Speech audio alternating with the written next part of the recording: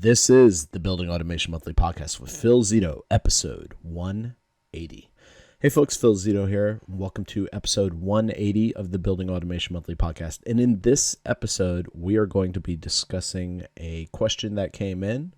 And we're going to be talking through the topic of forecasting BAS workloads. We're going to look at how do you go and best break out your labor? How do you decide when it makes sense to have someone doing everything or have someone doing individual tasks within your building automation business?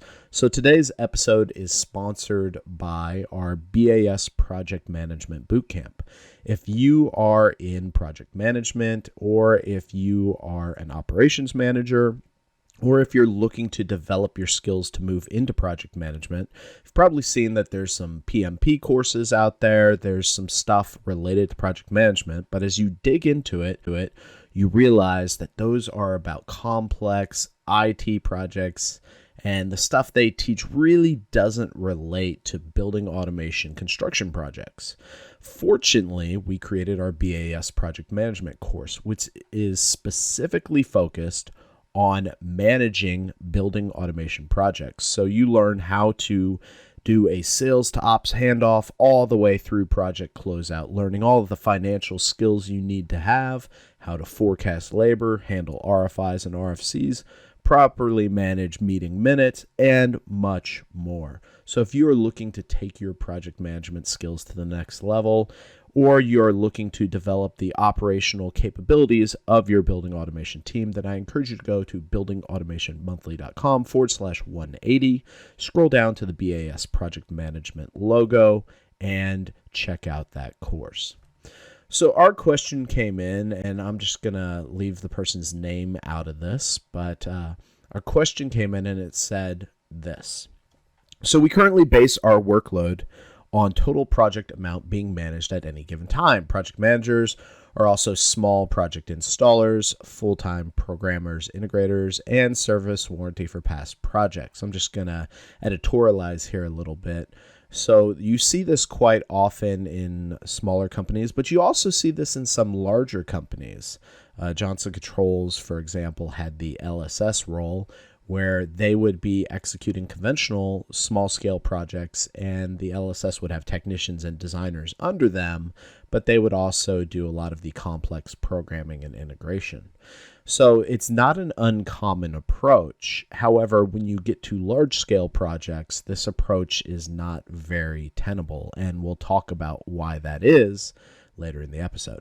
So continuing along, so at any given time, our PM's workload are based on active open projects. So total sales price. So for example, and just using some random numbers here, 3 projects sold for $100K equals $300,000 in workload. Now, so we already see that they're looking at workload as sell and not cost. So that's one thing that I'll talk about a little bit later in the episode as well. So with some minor subjective adjustment for long-term versus short-term project weight, and we are currently trying to determine what should be the target workload and if any other metric needs to be utilized to base the workload on. So in this episode, we're going to be talking about that. We're going to talk about forecasting. But prior to all of that, I think we need to really ground ourselves in P&L, profit and loss, business financials, and things like that. Now, I know you hear that and you may be like, oh, crap, this is going to be freaking boring. Well, let me tell you, I've been in your shoes, for most of you at least. You know, I started off out of the Navy, weapons specialist, moved into a tech role, and, learn the finances as necessary.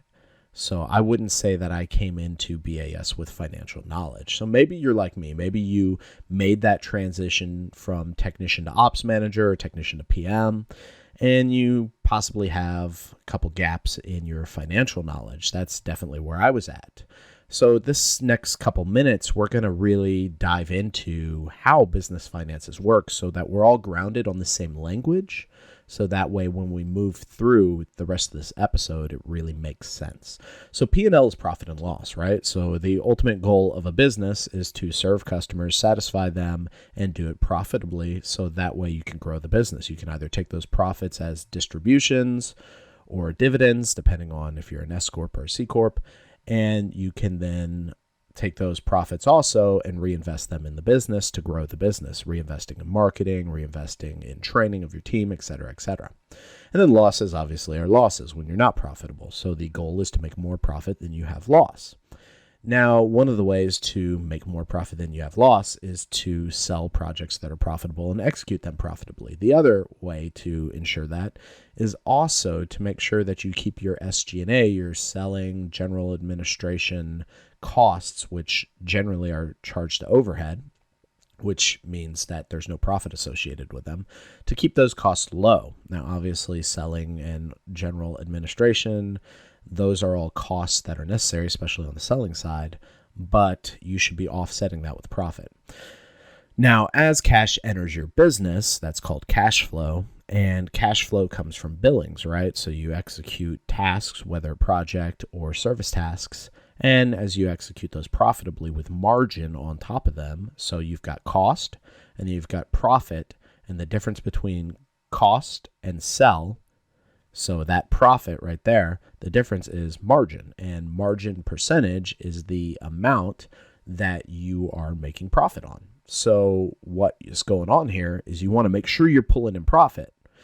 Now, as a business leader, more cash needs to come in the business than is going out of the business. You want to be working off cash. You want to make sure that you're not working off credit, ideally, unless you're in a growth mode and that's a strategic decision. And you want to make sure that that cash that you're working off of is profitable cash, right? So you want to be making profit. Now, within all of this, we have projects. So projects are like mini profit and loss centers. And the biggest problem as a business leader in a business is to pull in work. So pipeline development and close rate, making sure we're pulling in new work, making sure that we're pulling in fresh work, and that we are closing whatever work we have in our pipeline. That's the number one problem. But the number two problem, a very close tie to number one, is executing that work, which is known as backlog. So backlog is work that we have closed, we have secured, it's on our books, and we need to execute it in order to revenue it. And executing the work, doing the work, and then revenuing the work, billing for the work, is going to bring cash into our business, and that cash is going to have profit associated with it because we're going to bill at the sell rate, not at the cost rate. And that is how we make our business grow. That's how we're successful. Now, I know some of you who are technical, you probably tuned out at this point. Why is any of this important to you?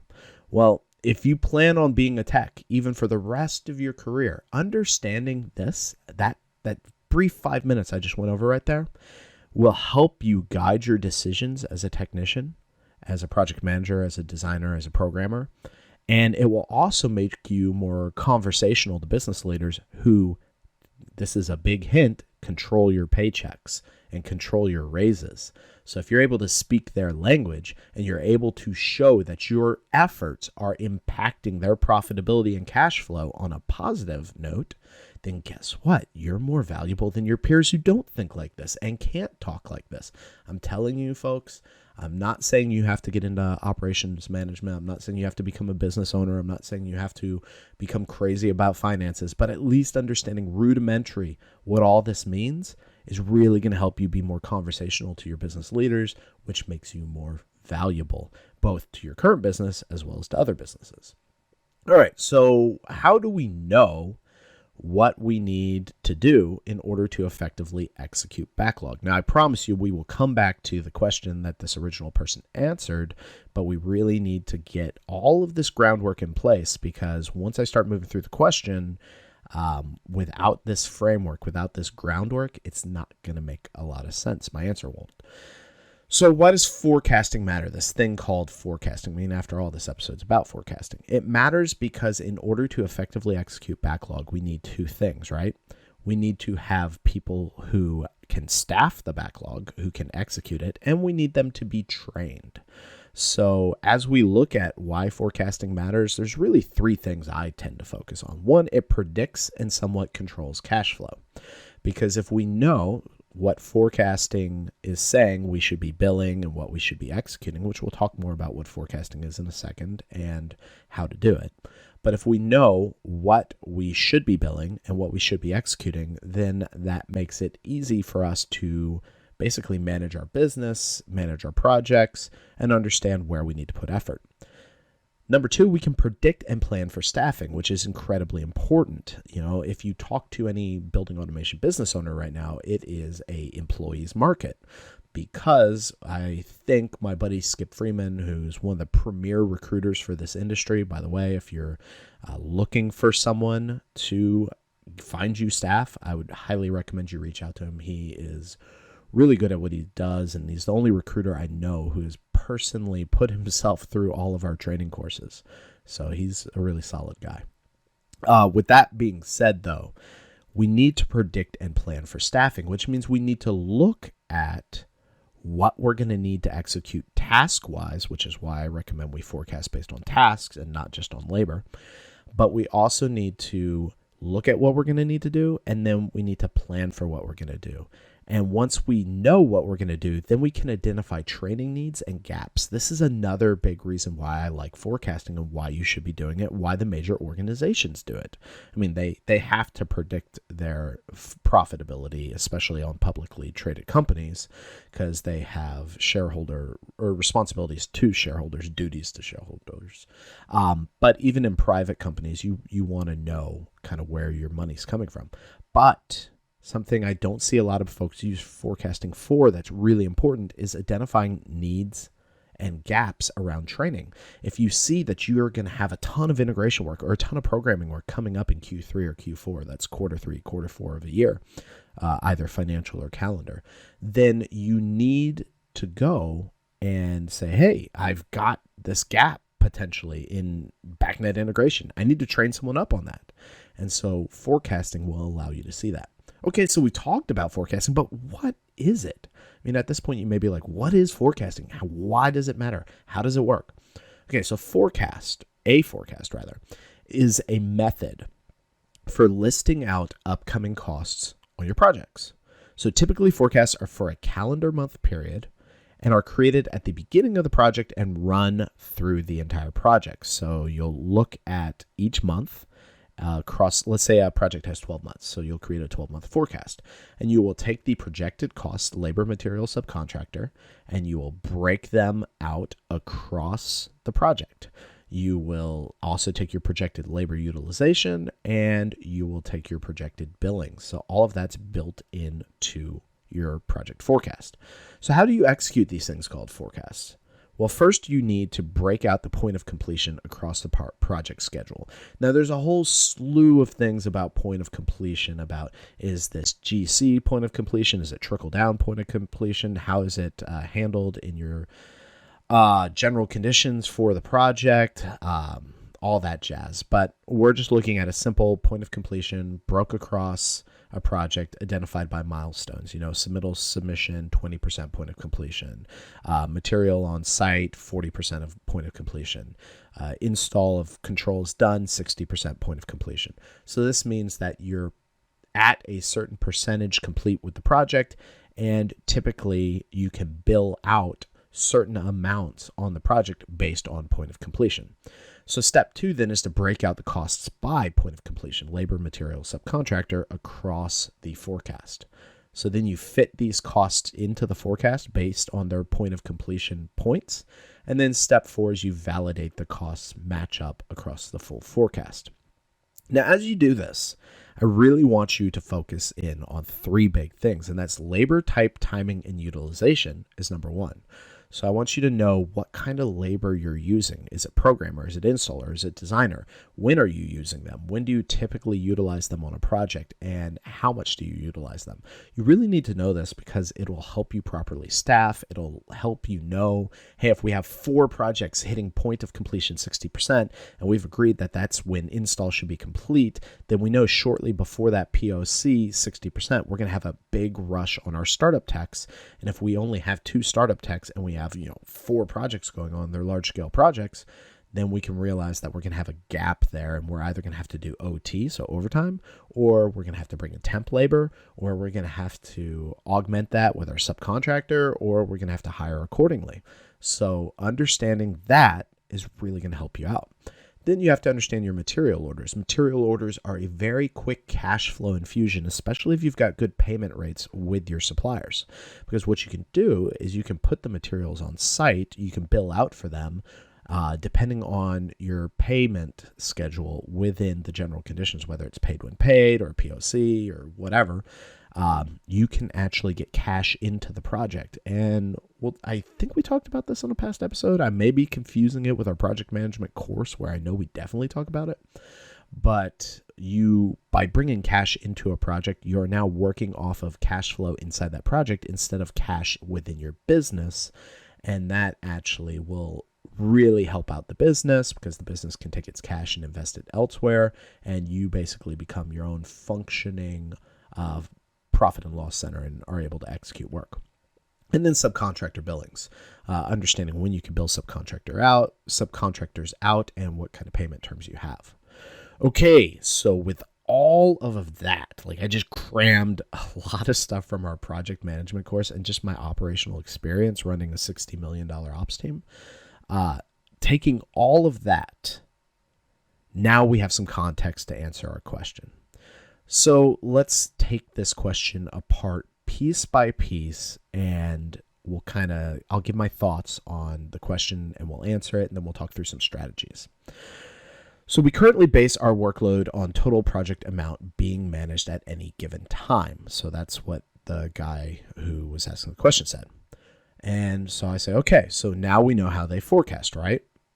We see that, as we've covered in prior episodes, based on the rules of thirds, there's only 1/3 of a total contract on average that will go to labor. So the rule of thirds is 1/3 of your costs go to labor, 1/3 go to materials, 1/3 go to subcontractors. We're seeing the shift a little bit with more of the integration projects, but this is the general rule of thirds that rings true on most projects of where your costs will lay out. And by the way, for you salespeople out there, this is a quick check to make sure if you're all wonky on pricing. If you've got 80% of your costs as subcontractors and 10-10 for labor and material, and you're like, man, that's all wonky, especially if this is a project that is just normal. That would indicate that you're getting bent over by subcontractors. All right. Anyways, so from here, we see what this person does on the projects, right? So we start to see that how they are organized is that their project managers are also small project installers, full-time programmers, integrators, service warranty for past projects. So now knowing this, we need to understand their utilization rate. So how much of their time is billable to a project and how much of it is charged to overhead. Now, usually with PMs, you're looking at anywhere from 60 to 80% utilization. Now, that's for just normal PMs. But this PM type role, I'm betting, is closer to an 85-90% utilization. Now, okay, that's fine, but as we'll see when we start to crunch some numbers later in the episode, this actually is costing them profitability. And we'll see that this actually limits their ability to execute a larger amount of work. So utilization is billable labor, right? I don't know if we've covered that. I think we've covered that in a past episode. This is a problem with getting to episode 180. You've got 180 episodes. You're like, did I cover that? I vaguely remember. It's kind of like if you go down to your basement or your first floor and your wife's like, lock the doors before you go to bed. And you're like, I could see myself locking the doors, but did I lock the doors? Because you do it so routinely. Anyways, I digress. So knowing this, right, knowing what they have, we'll find the blended rate for labor and then times that by that hourly rate, that blended rate, by 2080, which is the average amount of hours a average person works in the year, not accounting for overtime. So here's the catch, right? We are dealing with cost, not sell. Now, I know the question that the guy asked was that they look at sell.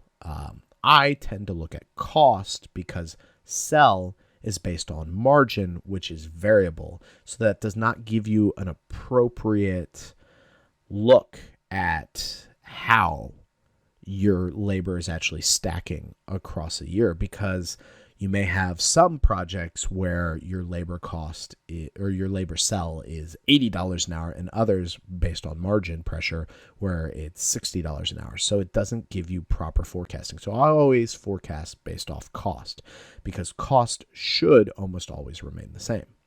So let's say that the blended rate for this employee is $50 an hour. I'm just picking an easy number because this makes easy math. So $50 an hour times 2080, right? 2,080 hours is 104,000 a year. Thus, this fully utilized employee can execute around $104,000 of cost a year. Now, remember this number because we're going to come back to it later. So continuing on with this question, right? So at any given time, our PM's workloads are based on active open projects, total sales price. So, 3 projects sold at 100K equals 300K of workload. I just talked to you about how I think this is a bad idea. You shouldn't base your forecasting on sell. You should be basing your forecasting on cost.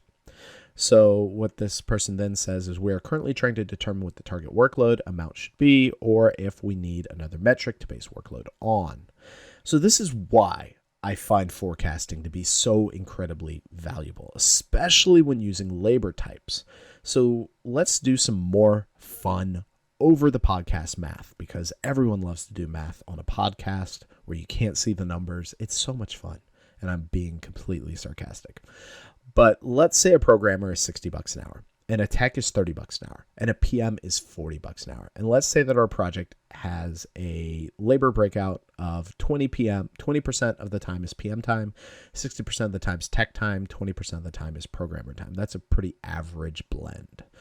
So with that blend, right, if we take 0.2, which is PM, times their cost of $40 an hour, and then 0.6, which is tech, times $30 an hour, and 0.2, which is programmer, times $60 an hour, that gives us a blended rate of $38 an hour.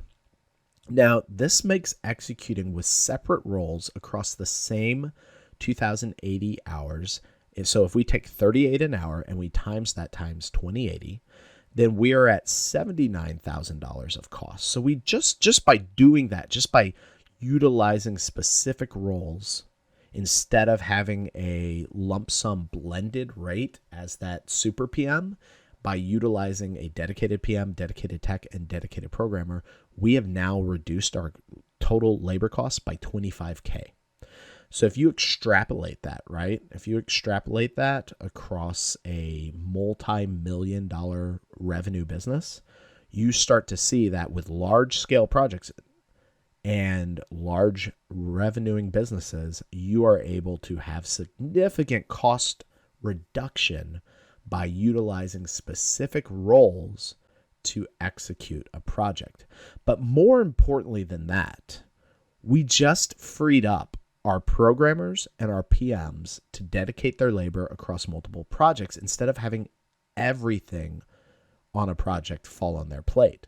Because remember, we're at 20% PM utilization and 20% programmer utilization on this project. So now we take that PM and we can actually put them on 5 projects, and we can put the programmer on 5 projects simultaneously to hit that 100% utilization. And so you also start to see that for every PM, you're starting to see that we need about 3 techs, right? Because a tech is 60% utilization and a PM is 20% utilization. So it's a 1-to-3 ratio. But what we're seeing back to the PMs and programmers is they're at 20% utilization on a project. So we're able to say, hey, if we want to run them at 80% utilization, then we can have them on 4 projects at any given time. And that would be 4 times 20 is 80%. Now, we've just taken our PMs and programmers, which are arguably our most expensive labor and the hardest labor to find as far as skill set goes, and we freed them up across multiple projects. And we've also reduced our overall labor costs because we're now not using that weird-ass blended rate. We're actually using a dedicated rate for each one. and we're taking advantage of that $30 an hour tech rate and absorbing most of the labor through that cost, which is a lower cost than a $60 an hour programmer. I always cringe when I see programmers doing tech work. I'm like, oh God, no. It's just bad. So this is the biggest shift I see in businesses coming across the $10 million revenue line, is that on their projects, typically on the scale of 500,000 and more in projects. So if a project's more than $500,000, you will see them utilize this model. But you're starting to see the math of why this model makes so much sense, because I often get folks who push back because they say this is how we've always done it. We can't afford to staff other people, But as you start to see the math play out, you start to realize that this is actually quite beneficial to utilize this kind of breakout model, as well as forecasting labor types becomes really important in order for you to execute this model. So back to the person's question, what should be the target amount of workload and what should this metric be to base workload on? So we just saw that for workload, we first need to define our utilization rate. We need to understand how much do we want to utilize this person. Do we want 80% utilization? I think 100% utilization is ridiculous. I don't think it's real. You're always going to have downtime if you're properly maintaining your people, between them coming in for safety training, them coming in for professional training.